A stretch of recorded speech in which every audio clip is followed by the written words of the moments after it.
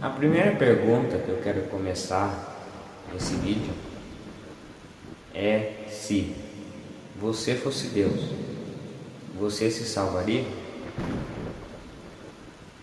Faça essa reflexão com base na sua vida, com base na forma que você está vivendo ultimamente.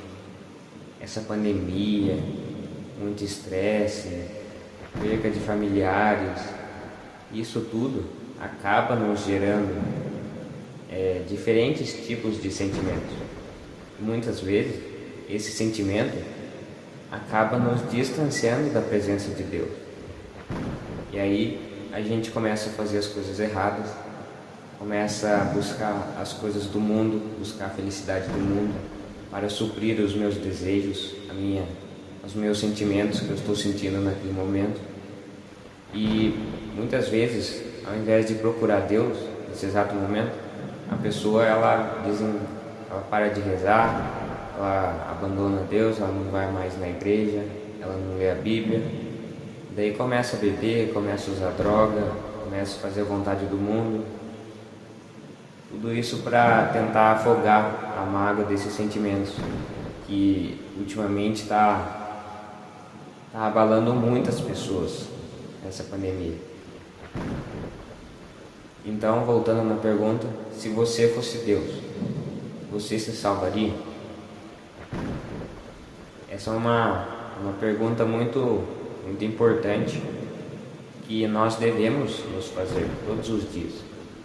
Não para dizer: nossa, se fosse por mim eu estava salvo já, porque eu sou uma pessoa muito boa, tal, eu ajudo o próximo.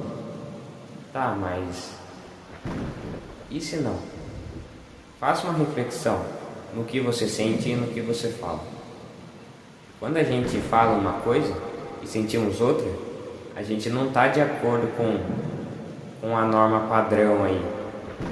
Alguma coisa está errada.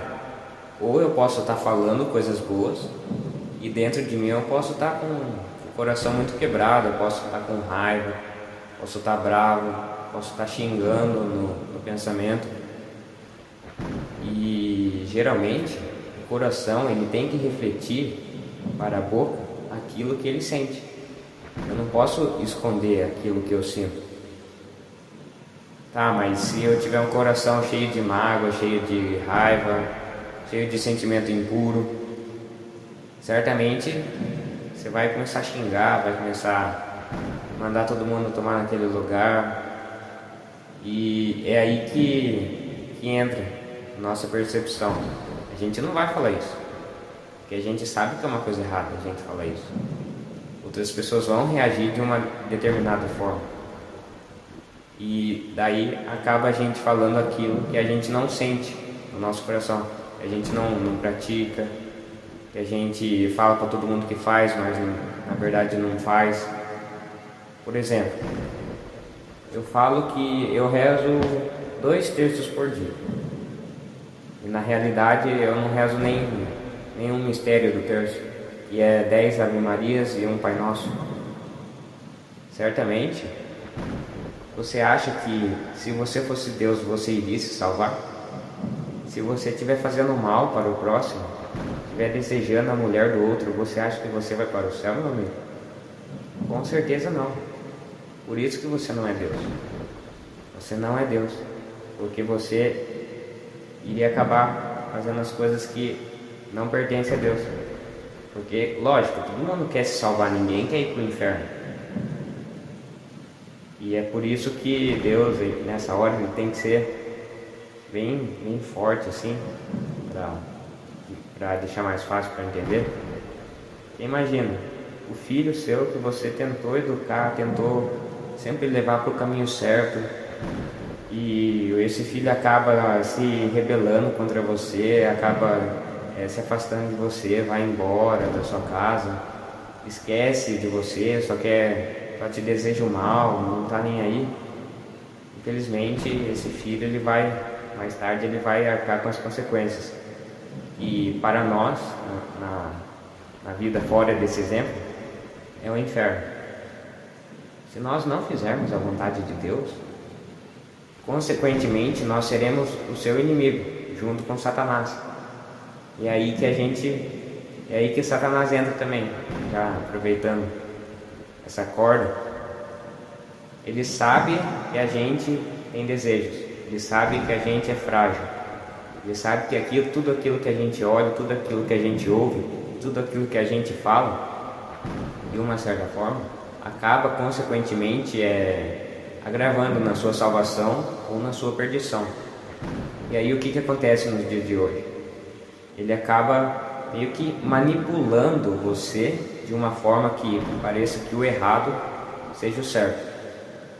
E veja bem, para e pensa. Muitas coisas hoje em dia acabam meio que favorecendo o lado mal, de uma forma bem leve, bem levinha mesmo. Que nem hoje.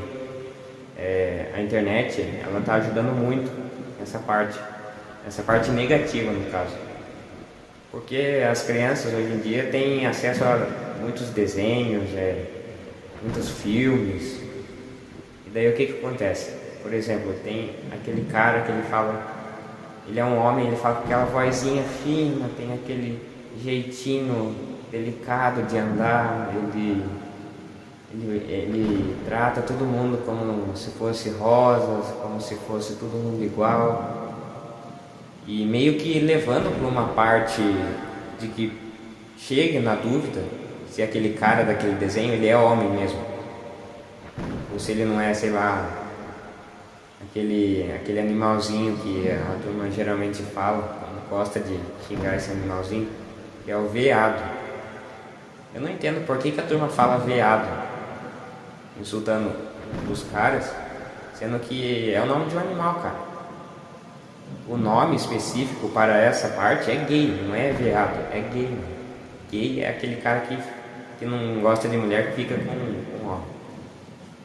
E hoje você pode reparar que nos desenhos, de uma forma bem levezinha, ele está meio que manipulando o pensamento da criança. Daí essa criança ela vai chegar para os pais dela e vai falar: ah, vamos assistir esse desenho hoje, achei super legal, tal, tem um carinha que ele faz as coisas tudo certinho, ele fala calminho, ah, vamos assistir e tal. Daí você coloca lá para o seu pai assistir, ele começa a assistir, e ele vê: opa, mas isso daí é um homem ou é uma galinha? Olha a maneira que esse cara se comporta, olha a forma que ele fala, olha o que ele está dando a pensar na cabeça dessas crianças. Ele fala: ah, não, filho, isso daí nós não vamos mais assistir, e ponto final. Daí o que vai acontecer? O filho, como ele gostou daquele desenho, ele vai chegar e vai falar para o pai: mas pai, todo mundo está assistindo, por que só eu não posso assistir? O Senhor é injusto comigo, o Senhor não deixa eu assistir nada. Pô, cara, mas não deixa assistir nada. Na TV hoje em dia não passa nada que seja para finalidades boas. Se você quiser mesmo procurar alguma coisa boa, você tem que pesquisar por sua vontade própria. Não vai esperar passar na TV, por exemplo, sei lá, falando sobre Deus, tal, que a gente tem que rezar mais, por exemplo, um anúncio que fala lá: reze mais, volte para Deus. Não tem, cara, procura, tem mais de 1 milhão de canais aí na TV aberta, e certamente nenhum deles fala isso. E geralmente, daí voltando no exemplo do menino, vai acabar meio que criando uma desordem entre pai e filho, entre a família. O filho ele vai começar a se rebelar contra o pai. Daí ele vai crescendo, tal, vai começando a pensar: nossa, o meu pai não deixa eu fazer nada, tal. Daí o que vai acontecer? Ele vai começar a procurar as coisas erradas, porque aquele desenho começou a manipular ele desde quando ele era criança. Começou a arcar já para um lado errado. E geralmente isso é o que está acontecendo no mundo. Hoje em dia tem muito significado duplo também nesses desenhos. Daí meio que, acaba virando esse mundo que estamos hoje.